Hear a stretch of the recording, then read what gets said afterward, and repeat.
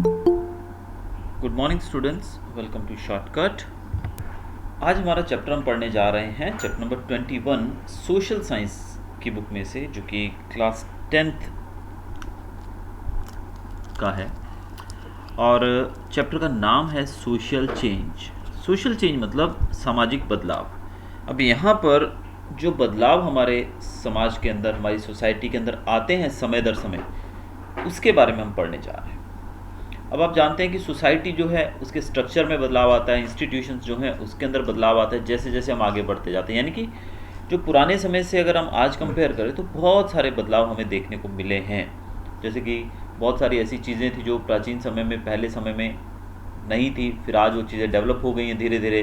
बहुत सारे ऐसे रीति रिवाज थे जो पहले चलते थे और आज वो बंद कर दिए गए। तो यानी कि ये जो बदलाव आता है, इवन हर एक चीज़ में बदलाव आता है। आप देखिए ना, जो पुराने लोग थे, जो पुराना म्यूज़िक ही सुन लीजिए आप, तो कितना शांत, उसमें कोई म्यूज़िक मतलब बिल्कुल एक लाइट म्यूज़िक होता है। सर आजकल की म्यूज़िक को आप ले लीजिए, कितना शोर शराबा, हड़कंप मच जाता है जब हम लोग बजाते हैं। तो ये भी बदलाव है। पुराने समय में जो डांस होता था वो कथक, भरतनाट्यम, इस तरह के डांसेस को डांस माना जाता है। आजकल बस कुछ भी उल्टे सीधे छलांगे मार लो, उसको हम डांस पकड़ लेते हैं। Wow, what a beautiful performance. आप आजकल बहुत सारे ऐसे सीरियल्स देखते हैं, शोज़ आते हैं, रियलिटी शोज़, जिसमें ये सब किया जाता है। तो कुल मिला के जो एंटरटेनमेंट के सोर्स हैं वो भी बदल गए हैं। स्ट्रक्चर की बात करें, पहले लोग इकट्ठे रहते थे एक ही गांव में,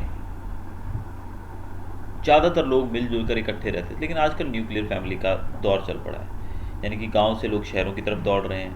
पहले लोग एक शांत पीसफुल लाइफ लेना चाहते थे, लेकिन आजकल देखिए लोगों को भीड़ भाड़, मतलब इस तरह की सिचुएशन, मतलब ज़्यादा शोर शराबा ज़्यादा पसंद आता है। तो ये सब बदलाव हुए हैं। तो ये किस प्रकार से हमारी सोसाइटी के अंदर ये बदलाव हुए हैं, अब इसके बारे में हम और डिटेल में जानेंगे इस चैप्टर के अंदर। तो पहला हम जो टॉपिक यहाँ पढ़ने जा रहे हैं वो है awareness about law and it's needs.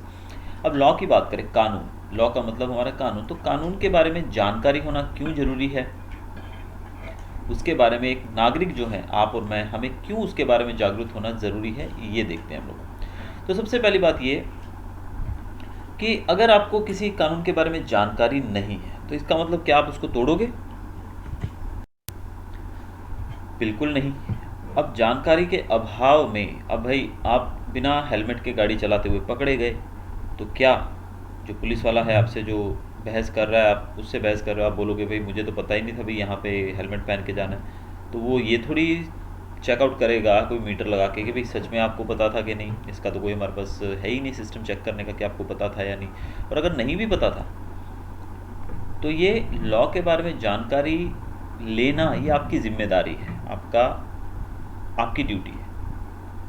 तो नहीं पता था, उस चक्कर में जो हम लोग जो हैं पनिशमेंट से बच जाएंगे क्या? बिल्कुल नहीं, सवाल ही नहीं है। यानी कि अगर आप समझिए कि चोरी करना गुनाह है, और अब कोई बोले कि मुझे तो पता ही नहीं था भी ये चीज़ चोरी करना गुनाह है, तो क्या उसको हम छोड़ देंगे? नहीं, ऐसा नहीं हो सकता है। इस कारण से हमें बेसिक अंडरस्टैंडिंग्स होनी चाहिए, इन्फॉर्मेशन होनी चाहिए किस चीज़ की?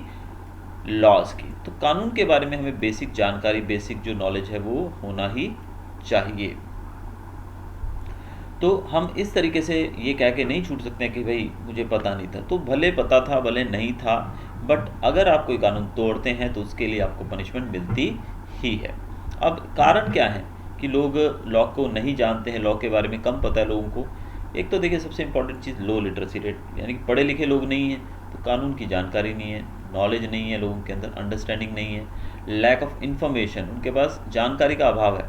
लोग जो हैं बस फालतू चीज़ों में उनको सब कुछ मिलेगा, और जो ज़रूरी चीज़ें हैं उनके बारे में वो न्यूज़ में या कहीं भी सुनना पसंद नहीं करते हैं। अब आज ही देखिए कितने सारे न्यूज़ चैनल्स हैं, हर एक न्यूज़ चैनल पे बस Sushant Singh Rajput, then this drug Bollywood, ये अरे ये कोई इंपॉर्टेंट मुद्दे हैं हमारे देश के? बताइए। हाँ, इसकी जानकारी देना हमें क्या ज़रूरी है? बताइए। हमें सबको पता है, बच्चा बच्चा जानता है कि संजय दत्त जो है या सलमान खान है, ये लोग ये सब ड्रग एडिक्शन में रही हैं। सलमान खान के ऊपर केस चल रहा है, मे बी आपने सुना ही होगा।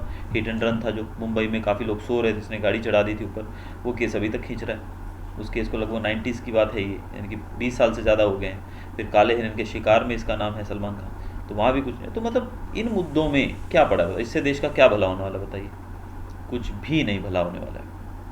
तो जो मेन मुद्दे हैं भारत के, हमारे देश के, गरीबी। अब प्रेजेंट कोविड सिचुएशन में जैसे आप सब लोग काफ़ी ज़्यादा इससे फेमिलियर हैं इस सिचुएशन से कोविड में। प्रेजेंट टाइम में हमारे देश के सामने समस्याएं कितनी हैं। देखिए हमारी जीडीपी कितनी डाउन जाती जा रही है, हमारी इकोनॉमी गिरती जा रही है, हमारे जो लोग हैं, पब्लिक है, उनकी नौकरियां, बेरोज़गार होते जा रहे हैं लोग। तो ये मुद्दे हमारे लिए एक बहुत ही इम्पॉर्टेंट मुद्दे हैं। लेकिन इन मुद्दों से भटक कर हमको सिर्फ एक ही न्यूज़ दिखाई जा रही है, क्या? सुशांत सिंह राजपूत को किसने मारा। हर रोज़ हॉलीवुड, बॉलीवुड, इवन वर्ल्ड में कितने लोग मारे जाते हैं। तो क्या सबकी सीबीआई जांच करवा के हम लोग फिर यही धंधे में लगे रहें पूरा दिन? तो इस कारण से तो प्रॉपर जो नॉलेज हमें मिलना चाहिए, वो लोग जो है इतने समझदार हैं भी नहीं, इतना उनको ज्ञान भी नहीं है, बस गॉसिप चाहिए, कोई भी चीज़ ऐसी चाहिए जिसमें उनको मज़ा आता है। तो ऐसे में जो बेसिक लॉज हैं जिसकी हमें जानकारी होनी चाहिए, जो हमारे लिए डे टू डे लाइफ में ज़रूरी हैं, उनकी जानकारी हमारे पास नहीं हो पाती है, उनकी जानकारी हमें नहीं मिल पाती है। आगे यहाँ पे पूछा गया है, why is it necessary to have general knowledge about law. अब लॉ के बारे में जनरल नॉलेज होना क्यों ज़रूरी है, इसके लिए कुछ चीज़ें बताई गई हैं। अगर हमें लॉ के बारे में नॉलेज होगा तो हम क्राइम करने से बच जाएंगे, ऑब्वियसली बच ही जाएंगे ना। अगर आपको पता है कि ये काम गलत है तो आप उसको नहीं करोगे तो आपको पनिशमेंट नहीं मिलेगी। तो नॉलेज के द्वारा अगर हमें लॉ की जानकारी है तो हम क्राइम करने से बच जाएंगे। जब क्राइम नहीं करेंगे तो हमें सजा भी नहीं मिलेगी। दूसरा, अगर आपको कानून का नॉलेज है तो कोई भी आपका एक्सप्लॉयटेशन नहीं कर सकता है। अगर आपको पता ही नहीं है कि कानून क्या है उस चीज़ से रिलेटेड, तो कोई भी आपका एक्सप्लॉयटेशन करेगा तो उसके खिलाफ आप कोई भी लीगल स्टेप नहीं ले पाएंगे। अगर आपको कानून का नॉलेज है तो आप अपनी राइट्स को एंजॉय कर पाएंगे। जो भी आपको राइट्स एंड ड्यूटीज़ जो आपको पढ़ी है ना हम लोगों ने, राइट्स एंड ड्यूटीज़ के बारे में, तो हम अपनी राइट्स को एंजॉय कर पाएंगे।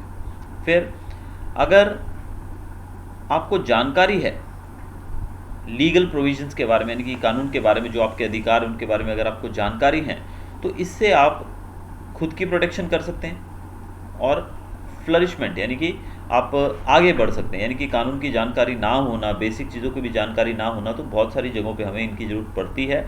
अगर हमें पता ना हो तो हम फंस जाते हैं। तो ऐसे में हम अपने आप को प्रोटेक्ट कर पाते हैं और इवन सोसाइटी को भी हम प्रोटेक्ट कर पाते हैं।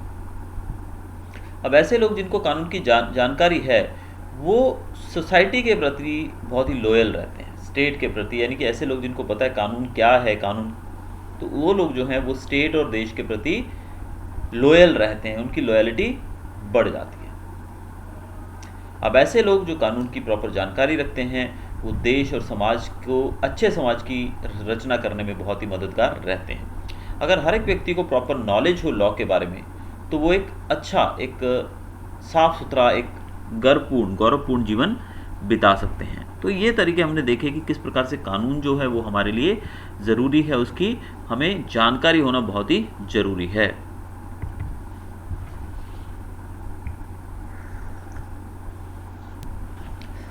अब देखते हैं हम राइट्स ऑफ सिटीजन्स। अब सिटीजन्स यानी कि आम आदमी की राइट्स के बारे में। अब कोई भी व्यक्ति जो है वो तभी प्रोग्रेस कर सकता है जब उसको कुछ अधिकार दिए जाएं, जब उसको कुछ आज़ादी दी जाए। तो ह्यूमन राइट्स आप जानते हैं जिसके बारे में, ह्यूमन राइट्स जो कि यानी कि जिसको हम हिंदी में मानवाधिकार भी कहते हैं, ये यूनाइटेड नेशंस ने हमको दिए हैं। जिसको हम ह्यूमन राइट्स कहते हैं, ये यूनाइटेड नेशंस ने पूरी दुनिया में हर एक नागरिक को ये सब मुहैया करवाया है। यानी कि दुनिया में रहने वाला कोई भी नागरिक जो है उसको ह्यूमन राइट्स तो दिए ही गए हैं। यानी कि उसको एक अच्छी ज़िंदगी बिताने का अधिकार पूरी दुनिया में, वो कहीं भी रहता है। हाँ, उसको उस देश की राइट्स और जो ड्यूटीज़ हैं या जिनके रूल्स हैं वो तो फॉलो करने पड़ेंगे, लेकिन उसके साथ साथ उसको कुछ अधिकार दिए गए जिनको मानवाधिकार कहा जाता है। ये हमें ह्यूमन राइट्स जो हैं ये हमें यूनाइटेड नेशंस ने दिए हैं। अब भारत की कॉन्स्टिट्यूशन ने भी हमें फंडामेंटल राइट्स दी हैं और ये सब जो हमको मिली हैं बिना किसी भेदभाव के मिली हैं। और जब यूनाइटेड नेशंस चार्टर जब पास किया गया उस समय इन राइट्स के मतलब ह्यूमन राइट्स को मद्देनज़र रख के ही हमारी ये जो राइट्स हैं इनको बनाया गया था। ये राइट्स कौन कौन सी हैं, इनसे आप भली भांति वाकिफ़ हैं। Right to equality, right to freedom, right against exploitation, right to religious freedom, cultural and educational right and right to constitutional remedies. अब अगर कोई व्यक्ति यानी कि स्टेट की बात करें, राज्य सरकार या केंद्र सरकार, अगर इन राइट्स को वायलेट करती है, आपसे छीनती है, तो आप हाई कोर्ट या सुप्रीम कोर्ट में जाके जस्टिस के लिए गुहार लगा सकते हैं, यानी कि आप वहाँ जाकर अपनी बात कह सकते हैं। अब आप कोर्ट में जाने का अधिकार जो आपको दिया गया है वो कौन सी राइट के अंतर्गत दिया गया है? अब ये तो राइट्स हैं आपकी, ठीक है, लेकिन अब आपको मतलब बंदूक दे दी गई है लेकिन उसको चलाने का अधिकार नहीं दिया गया है। अगर आपको कोई बोले कि भाई आपको बंदूक चलाने से कोई रोकता है तो आप क्या करोगे, तो उसके लिए कोई प्रावधान नहीं किया गया है। लेकिन यहाँ पर जो ये आप लास्ट राइट देख रहे हैं, राइट टू कॉन्स्टिट्यूशनल रेमेडीज, जिसको डॉक्टर अंबेडकर ने सोल ऑफ इंडियन कॉन्स्टिट्यूशन का नाम भी दिया है। उन्होंने कहा है कि जो कॉन्स्टिट्यूशनल रेमेडीज़ हैं, राइट टू कॉन्स्टिट्यूशनल रेमेडीज़, ये हमारी कॉन्स्टिट्यूशन की सोल माना गया है, क्योंकि इसके अंतर्गत ही अगर कोई व्यक्ति आपकी कोई भी राइट को छीनता है आपसे या वायलेट करता है तो आप कोर्ट में जाकर उसके खिलाफ आवाज़ उठा सकते हैं। ये कौन सी राइट के अंतर्गत आता है? सोल ऑफ द कॉन्स्टिट्यूशन, यानी कि कॉन्स्टिट्यूशनल रेमेडीज़ के अंतर्गत। अब हम देखने जा रहे हैं आगे राइट्स ऑफ चाइल्ड। अब हम बच्चों की राइट्स के बारे में देखते हैं। अब सबसे पहली बात यहाँ पर कि बच्चों की बात आई है तो कोई भी देश है उसकी प्रोग्रेस जो है वो डिपेंड करती है बच्चों की डेवलपमेंट के ऊपर। बच्चे एजुकेटेड होने चाहिए, प्रोटेक्टेड होने चाहिए, राइटियस यानी कि सही रास्ते पे चलने वाले, एकदम आज्ञाकारी या अच्छी आदतों वाले होने चाहिए, ताकि वो आने वाले समय में आकर वो एक गुड सिटीज़न बने और डेवलपमेंट करें सोसाइटी का, फैमिली का और देश का। और ये जो सिटीज़न होते हैं, ऐसे एक अच्छे नागरिक जो हैं वो एक बून की तरह होते हैं एक नेशन के लिए, यानी कि एक वरदान की तरह होते हैं। तो हम कह सकते हैं कि सोशल डेवलपमेंट के लिए जो बच्चे जो हैं they are the property of the nation. बच्चों को हम कह सकते हैं they are a kind of property of the nation for the development of the nation. कि डेवलपमेंट करना है अगर देश को तो बच्चों की अपब्रिंगिंग, उनका मेंटेनेंस और उनका डेवलपमेंट ये बहुत ध्यान से मतलब किया जाना चाहिए। अगर ये सब चीज़ें आप ठीक तरीके से करते हैं तो आने वाले समय में अच्छे नागरिक खड़े होंगे, अच्छे नागरिक खड़े होंगे तो देश डेवलपमेंट की तरफ आगे बढ़ेगा। तो हमारा जो प्राइमरी ड्यूटी होना चाहिए वो बच्चों को फिजिकली हेल्दी और मेंटली चेयरफुल बनाना, उनकी मॉरल वैल्यूज़ उनके अंदर डेवलप करना, ये सब हमारे लिए बहुत ही ज़रूरी है। हमें देखना पड़ेगा कि ये सब चीज़ें हम बच्चों को दें। यूनाइटेड नेशंस जो हैं उन्होंने बच्चों के लिए भी कुछ ऐसी ही राइट्स बनाई हैं जो कि 1992 में जो राइट चार्टर पेश किया गया था उसके अंदर ऐड की गई थी। ये जो जुवेनाइल राइट्स कहा जाता है ना, जुवेनाइल मतलब जो बच्चों को दी जाती हैं राइट्स, वो ये हमारी कॉन्स्टिट्यूशन के अंदर भी लागू की गई हैं। जैसे कि कोई भी बच्चा जो है वो बिना किसी डिस्क्रिमिनेशन के उसको रहने का अधिकार है। अब डिस्क्रिमिनेशन किसी आधार पे नहीं होना चाहिए भाई, कोई भी बच्चे से डिस्क्रिमिनेशन नहीं किया जा सकता है। दूसरा इसमें बताया गया है कि उसको एक प्रॉपर अपब्रिंगिंग मिलनी चाहिए उसके पेरेंट्स के द्वारा।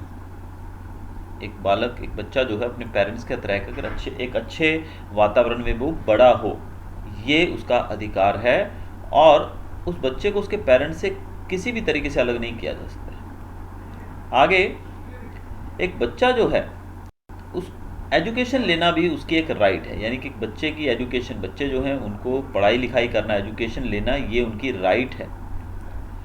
आगे कहा गया है कि बच्चे जो हैं उनको एक हेल्दी लाइफ मिले, ये भी बहुत ही ज़रूरी है। इसके लिए वो गेम्स और एंटरटेनमेंट में पार्टिसिपेट करने का उनके लिए मतलब ये भी इंतज़ाम किया जाता है। जैसे आप स्कूल्स के अंदर जाते हैं तो आप देखते हैं ना वहाँ पर गेम्स पीरियड्स वगैरह रखे जाते हैं, को करिकुलर एक्टिविटीज़ भी रहती हैं जिसमें गेम्स वगैरह रहते हैं, तो ये बच्चों की डेवलपमेंट के लिए ही है।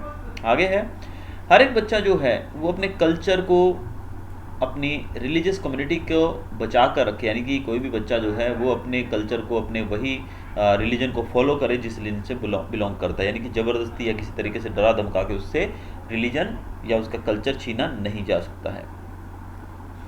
हर एक बच्चा जो है उसको अपने आप को प्रोटेक्ट करने का अधिकार है, भले वो फिजिकल या मेंटल टॉर्चर की बात की जाए, कोई भी नारकोटिक्स या ड्रग्स की बात करें या कोई ऐसी एक्टिविटी जो कि उसको नुकसान पहुंचाती है, तो ऐसी एक्टिविटीज़ वो ना करे, उसको प्रोटेक्ट करने का पूरा उसको अधिकार है। यानी कि हमारे कॉन्स्टिट्यूशन में ये सब दिया गया है कि बच्चा जो है उसको प्रोटेक्ट करने का पूरा अधिकार है। Every child has the right to obtain security, यानी कि हर एक बच्चे को सिक्योरिटी मिले, प्रॉपर लिविंग स्टैंडर्ड मिले, फिजिकल, मेंटल और मोरल और सोशल डेवलपमेंट के लिए, ये भी उसके अधिकार में आता है। आगे हमारा टॉपिक है right for protection against exploitation. अब अगर एक्सप्लॉयटेशन होता है तो उससे कैसे आप बच सकते हैं, उसकी भी राइट है। तो बच्चे जो हैं बहुत ही सेंसिटिव होते हैं। किसी बच्चे को एक्सीडेंटली या जानबूझकर इंजर करना, उसको फिज़िकल पनिशमेंट देना, उसको डराना, उसको मतलब बुरे वचन कहना यानी कि गाली देना या ऐसी अब्यूज़िव लैंग्वेज का यूज़ करना, उसकी बेइज्जती करना, पब्लिकली उसको ह्यूमिलेट करना, या फिर इवन सेक्सुअल हरासमेंट की भी बात की जाए, या एक्सेसिव बैटरिंग यानी कि उससे ज़्यादा काम करवाया जाए फिजिकल और मेंटल लेवल पर, ये दोनों ही तरीके का जो हमने जो भी टॉपिक्स यहाँ देखे, ये सब चीज़ें जो हैं they are considered as violence. ये वायलेंस की तरह से इसको कंसिडर किया जाता है और इसको चाइल्ड अब्यूज़ कहते हैं। चाइल्ड अब्यूज़ मतलब बच्चे को किसी भी तरीके से नुकसान पहुँचाना। तो ये सब चीज़ें जो है चाइल्ड अब्यूज़ में आती हैं। आज हम टीवी, न्यूज़पेपर और अलग जो दूसरे मीडिया हैं उनके मुताबिक देखते हैं कि बहुत सारी जगहों पर बच्चों का जो है बहुत ज़्यादा एक्सप्लॉयटेशन किया जाता है, उनके नेबर्स के द्वारा, उसके रिलेटिव्स के द्वारा, इवन उनके दोस्तों के द्वारा। कोई नेबर, फ्रेंड जो आजू बाजू के लोग हैं वो उनका बहुत ज़्यादा मतलब शोषण करते हैं। अब ऐसी स्थिति में क्या किया जा सकता है? तो जब भी आपको कभी पता लगे कि कोई बच्चा जो है उसके ऊपर अगर कहीं आपको इंजरी का निशान दिखाई दे, सपोज उसकी बॉडी के ऊपर कहीं इंजरी का निशान है, चोट का निशान है, उसके बिहेवियर में कोई बदलाव है, तो ऐसी सिचुएशन में आप उसको तुरंत मेडिकल ट्रीटमेंट दिलवाएं। ये आपकी जिम्मेदारी है, ये आपकी ड्यूटी है। इसके बाद अगर बच्चा आपके साथ इन्फॉर्मेशन शेयर करने में काफ़ी मतलब दिक्कत फील कर रहा है, वो हेजिटेट कर रहा है कि वो बताना नहीं चाह रहा है आपको कि उसके साथ क्या हुआ है, भले वो डर के मारे या शर्म के मारे या किसी और रीज़न से वो आपको बता नहीं पा रहा है अपनी एक्सप्लॉयटेशन के बारे में, तो हमें उसको कॉन्फिडेंस में लेना होगा। हमें उसको मतलब अपने कॉन्फिडेंस में लेना होगा, उसको मतलब हिम्मत बंधानी होगी कि बेटा तुम्हारे साथ कुछ भी गलत नहीं होगा, तुम हमें बताओ, हम लीगल स्टेप्स लेंगे और उस आदमी को सजा देंगे। तो ऐसे में हम उससे ट्रुथ यानी कि जो सच्चाई है वो उससे उगलवा के रिस्पॉन्सिबल पर्सन जो भी उसके लिए जिम्मेदार है उसको सजा दिलवाने में भागीदार बन सकते हैं। इसके अलावा बच्चे जो कि एक्सप्लॉयटेशन से सफ़र यानी कि जिनका टॉर्चर हुआ है या कोई भी उनका सेक्सुअल हरासमेंट ले लो या कुछ भी ऐसा गलत हुआ है उनके साथ, वो बच्चे अपने आप को निगलेक्टेड फील करते हैं सोसाइटी में। बाकी बच्चे जो हैं वो उनका मजाक उड़ाते हैं कि भाई यार इसके साथ तो ये हुआ है, लेकिन हमें ऐसा नहीं करना चाहिए। हमें ऐसा नहीं करना चाहिए। हमें उस बच्चे को भले वो किसी भी तरीके की सिचुएशन से गुजरा हो, उसको वही प्यार और इज़्ज़त से अपने साथ रखना चाहिए, सिंपैथी उसके साथ रखनी चाहिए अपनी, जैसे हम दूसरे बच्चों के साथ रखते हैं। आगे हम देखते हैं चाइल्ड लेबर के बारे में और नेग्लेक्टेड चाइल्ड के बारे में। चाइल्ड लेबर जो है ग्लोबल समस्या है, ये सिर्फ भारत की बात नहीं है, ग्लोबल समस्या है। 14 साल से कम उम्र का कोई भी व्यक्ति अगर काम कर रहा है तो उसको हम चाइल्ड लेबरर्स कह सकते हैं। अब ये बात टॉपिक के बारे में करते करते स्टार्टिंग तो हम यहीं से करेंगे कि आज भी भले हम इसके बारे में पढ़ रहे हैं, भले हम 21st सेंचुरी में जी रहे हैं, लेकिन आज भी चाइल्ड लेबर पूरी दुनिया में, क्या भारत में तो आपको जगह जगह देखने को मिल ही जाएगा। तो भारत के अंदर highest number of child labourers हैं। अब देखिए भारत के अंदर दुनिया में सबसे ज़्यादा हाईएस्ट नंबर में चाइल्ड लेबर्स पाए जाते हैं, तो ये बड़ी शर्म की बात है हमारे लिए। अब इंडियन इकोनॉमी की बात करें तो चाइल्ड लेबर जो है यहाँ पर बहुत है। देखिए बच्चे बहुत हैं, आप देखते हैं होटलों में काम करते हो, फैक्ट्रियों में, खेतों में, और ऐसी जॉब्स जो कि बहुत ख़तरनाक हैं, इवन पटाखा फैक्ट्रीज जो होती हैं वहाँ पर काम करते हुए, खेतों में काम करते हुए आपको दिख जाएंगे। तो बच्चे जो हैं वो हर एक फील्ड में आपको काम करते हुए दिखाई देंगे। गाड़ियाँ साफ़ करते हुए दिखेंगे, भीख मांगते दिखाई देंगे, कचरा कूड़ा इकट्ठा करते हुए, वो बोरी लेकर, झोला लेकर जो जाते हैं बच्चे कचरा इकट्ठा करने, प्लास्टिक इकट्ठा करने, वो सब चीज़ें आपको दिखाई देंगी। तो ये सब चीज़ें जो हैं ये चाइल्ड लेबर का एक फॉर्म है। अब चाइल्ड लेबर हो तो बहुत रही है, इसके कारण क्या है, अभी चाइल्ड लेबर के रीजंस क्या हैं? रीज़न चाइल्ड लेबर के ये हैं कि बच्चे जो हैं वो गरीबी के कारण, अब देखो गरीबी है फैमिली में तो बच्चों को काम करना पड़ेगा, अनपढ़ता यानी कि पढ़े लिखे नहीं है पेरेंट्स, तो फैमिली बहुत बड़ी है तो एक दो आदमियों के कमाने से गुजारा नहीं हो रहा है, फैमिली की ज़रूरतें ज़्यादा हैं, बड़े लोग जो हैं वो बेरोज़गार हैं, तो बच्चों को अपनी इनकम बढ़ाने के लिए, फैमिली की इनकम बढ़ाने के लिए काम करना पड़ रहा है। तो ये कुछ कारण हैं जिनसे हम कह सकते हैं कि चाइल्ड लेबर बढ़ रहा है। अब ऐसे बच्चे, उनको ज़बरदस्ती लेबर करवाई जाती है कुछ बच्चों से, जो घर छोड़कर शहरों में चले गए हैं, या फिर शेल्टर होम्स, ऑर्फन, या ऐसे बच्चे जिनके आगे पीछे कोई नहीं है, यानी कि बेघर, बेरोजगार, बेघर बच्चे जो हैं जिनके पेरेंट्स नहीं हैं, ऐसे लोग जो हैं उनसे भी काम करवाया जाता है ज़बरदस्ती। कुछ लोग इनको अपने रिलेटिव जो हैं गांव से बच्चों को ले आते हैं, बोलते हैं हम इस बच्चे को शहर ले जा रहे हैं, पढ़ाएंगे लिखाएंगे, ये करवाएंगे वो करवाएंगे, लेकिन वहाँ जाकर उससे वो काम करवाते हैं और बदले में उनको पैसे देने की बजाय बस थोड़ा सा खाना दे देते हैं। तो ये चीज़ें जो है ये भी चाइल्ड लेबर का एक कारण है, और चाइल्ड लेबर इस प्रकार से होती है। अब reason for more demand of child, अब चाइल्ड लेबर हमने कर लिया इतना सारा भाई, अब इसका कारण क्या है कि क्यों इतनी डिमांड है चाइल्ड लेबर की? जब लेबरर्स बड़े लोग काम कर सकते हैं तो बच्चों से क्यों काम करवाया जा रहा है? इसके पीछे भी बहुत सारे कारण हैं। देखिए, चाइल्ड लेबर जो होता है वो चीपेस्ट होता है, यानी कि सस्ते होते हैं। वो बेचारे आपसे ज़्यादा पैसे नहीं मांगेंगे, जितना पैसा आप उनको दे दोगे वो उतने में भी काम कर देंगे। दूसरा, दे आर अनऑर्गेनाइज्ड। आपने देखा ना, यूनियंस के बारे में सुना होगा, मजदूर यूनियन होती है। बहुत सारी मूवीज़ जो हिंदी मूवीज़ हमारी पुरानी, उनमें देखा होगा आपने, मजदूर यूनियन जिंदाबाद, इस तरह के नारे लगाए जाते हैं। तो मजदूर यूनियन यानी कि उनकी यूनियंस होती हैं, उनकी सोसाइटीज़, उनकी इंस्टीट्यूशंस होती हैं जो उनके हकों के लिए लड़ते हैं। लेकिन ये जो छोटे बच्चे हैं, इनकी कोई यूनियन नहीं होती है, ये अपनी आवाज़ कहीं भी उठा नहीं सकते हैं। इस कारण से इनका एक्सप्लॉयटेशन ज़्यादा होता है और इनको नॉलेज भी नहीं होता बेचारों को, छोटे बच्चे ही तो हैं ये।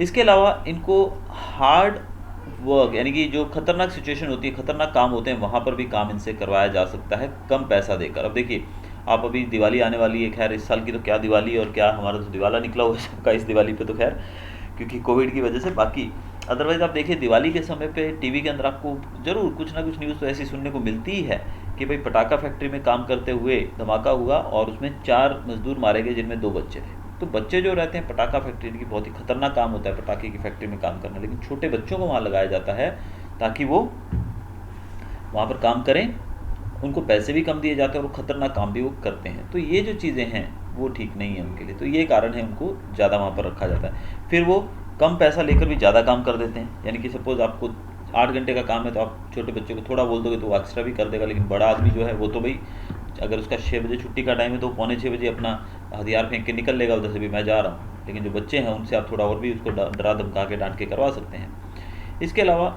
चाइल्ड लेबरर्स जो है ईजीली अवेलेबल है भारत के अंदर, इनका नंबर बहुत ज़्यादा है, इस कारण से चाइल्ड लेबर बढ़ी हुई है। देन एजुकेशन फैसिलिटीज़ नहीं है, बच्चे जो हैं उनको काम पे भेजा जाता है ताकि वो फैमिली की रिक्वायरमेंट्स को पूरा कर सकें। जब उनको स्कूलिंग की एज जो उनकी है, उस समय उनको फैमिली की ज़रूरतें पूरी करने के लिए काम पे भेजा जाता है। तो ये कुछ कारण हैं जिनसे हम कह सकते हैं कि चाइल्ड लेबर जो है वो बढ़ती जा रही है। अब efforts for abolishing child labour को रोकने के लिए क्या किया जा रहा है, तो इसके बारे में हम देखते हैं। हमारी कॉन्स्टिट्यूशनल प्रोविजन, कॉन्स्टिट्यूशन ने क्या किया है, कॉन्स्टिट्यूशन में बताया गया है कि 14 साल या उससे कम उम्र का कोई भी बच्चा जो है उसको फैक्ट्री में या किसी भी जॉब पे उसको नहीं रखा जा सकता है। अगर उसको रखा जाता है तो एम्प्लॉयर जो उसको नौकरी दे रहा है उसके खिलाफ कानूनी कार्रवाई हो सकती है। लेकिन ये सिर्फ लिखा ही हुआ है, कानूनी कार्रवाइयाँ कितनी होती हैं ये आप और मैं भली भांति जानते हैं। किसी भी होटल में चले जाओ, बच्चे आपको वहाँ पे टेबल साफ़ करते हुए दिखाई दे ही जाएंगे। तो ये सब कहने की बातें हैं। इसके अलावा बच्चा जो है उसके साथ किसी भी प्रकार का एक्सप्लॉयटेशन नहीं होना चाहिए, उसका फिजिकल कंफर्ट और सिक्योरिटी उसकी होनी चाहिए पूरी। फिर कॉन्स्टिट्यूशन बोल रही है हमारी कि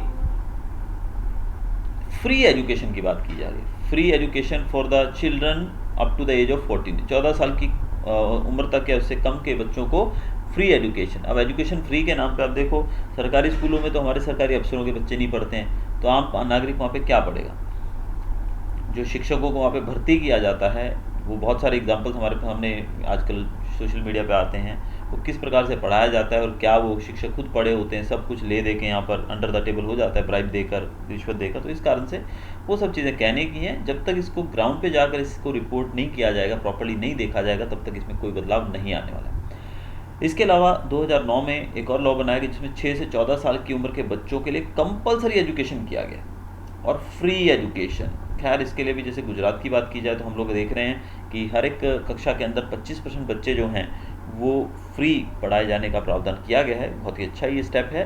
लेकिन जनरली जो हमने अभी तक देखा, हमने पढ़ा बच्चों के बारे में, चाइल्ड लेबरर्स के बारे में, तो जब तक हमारी मानसिकता नहीं बदलेगी, इवन कहने की बात क्या है, जब हम होटल्स में जाते हैं तो हम खुद ही जाके आवाज़ लगाते हैं, ये छोटू इधर आओ, तो छोटू कह के बुलाने का मतलब हम खुद इस चीज़ को बढ़ावा दे रहे हैं। हमें देखना चाहिए कि हम एटलीस्ट अपने तौर पे जो कुछ कर सकें वो हमें उनके लिए करना चाहिए। लेकिन अगर हमें इसको जड़ से उखाड़ना है तो सबसे पहले तो एजुकेशन के जो प्रॉपर जो सिस्टम है एजुकेशन का हमारा, उसको बदलना होगा कि एजुकेशन कंपलसरी और फ्री, वो तो ठीक है कर दिया, लेकिन वो फ्री एजुकेशन काम की तो होनी चाहिए ना।